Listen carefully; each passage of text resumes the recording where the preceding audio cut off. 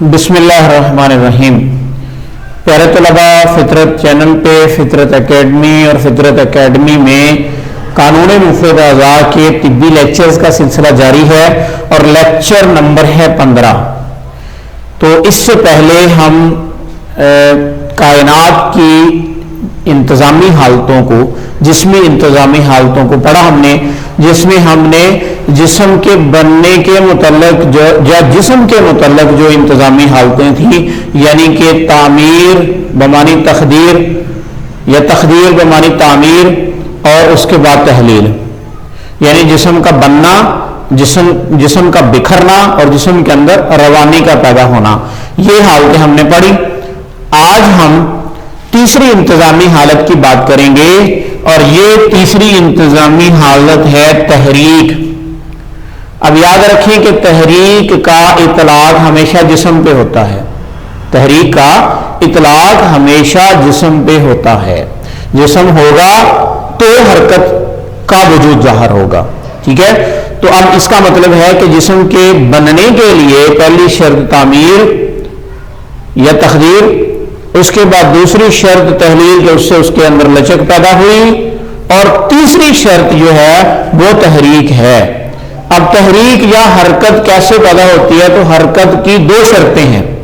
حرکت کی پہلی شرط یہ ہے کہ حرکت کے لیے ایک پہلی قوت چاہیے، قوت تعمیر، جو سردی کی وجہ سے ہوتی ہے، اور دوسری شرط ہے قوت تحلیل جو گرمی کی وجہ سے ہوتی ہے.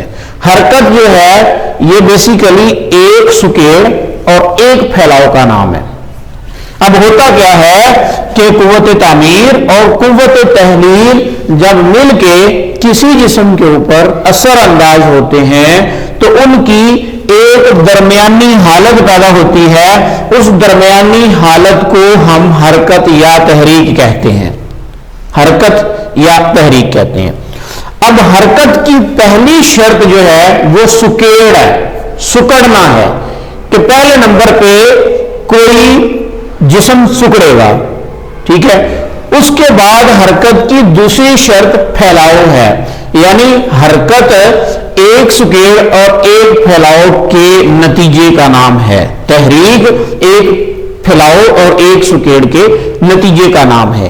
اب اس کو آپ ایسے سمجھ سکتے ہیں کہ مثال کے طور پہ سردی کا موسم ہے اور آپ نے ایک بندے کے اوپر انجانے میں ٹھنڈے پانی کا جگ ڈال دیا. اب وہ کیا ہوگا کہ فوراً ہی اس کے جسم کے اندر ایک سکیڑ پیدا ہوگا ایک قسم کا. اس سکیڑ کے فوراً بعد اس کا ایک رد عمل ظاہر ہوگا، اور وہ رد عمل کیا ہوگا؟ وہ حرارت کے تحت ظاہر ہوگا اور وہ آپ کو مارنے کے لیے دوڑے گا. تو یوں سمجھ لیں کہ یہی حرکت کی اصل ہے. یعنی حرکت کے لیے پہلی شرط سکیڑ ہے جو سردی کا خاصہ ہے، اور دوسری شرط جو ہے یہ پھیلاؤ ہے، یہ گرمی کا خاصہ ہے. اب جس جسم نے حرکتی جسم بننا ہے اس جسم کے اندر پہلی قوت تعمیر ہے، تقدیر ہے، جو ہمیشہ دوسری قوت پہ حاوی رہے گی. کیوں؟ کیونکہ اس جسم نے قائم رہنا ہے. اگر دونوں قوتیں برابر عمل کریں گی جسم قائم نہیں رہے گا، جسم تحلیل ہو جائے گا، جسم بکھر جائے گا، جسم ٹوٹ جائے گا. یعنی کیا ہے کہ جب آپ حرکت کی بات کریں گے تو جسم کو قائم رکھ کے بات کریں گے، اور جسم کو قائم رکھنے کے لیے قوت تعمیر حاوی رہے گی. اور حرکت کی جب آپ بات کریں گے تو قوت تحلیل اس میں ایک متوسط انداز میں رہے گی، جو اتنی نہیں بڑھے گی کہ جسم ہی ٹوٹ جائے. ٹھیک ہے جی. تو میرا خیال ہے کہ آپ کو تیسری جو حرکت ہے جس کو تحریک کہتے ہیں، تحریک کا عام طور پہ نام تو بڑا لیا جاتا ہے لیکن حقیقی معنوں میں اس طرح بیان نہیں کیا جاتا. یہ وہ اسرار و رموز ہیں جو انشاءاللہ آپ کو فطرت چینل پہ ہی سمجھ آئیں گے. ٹھیک ہے جی.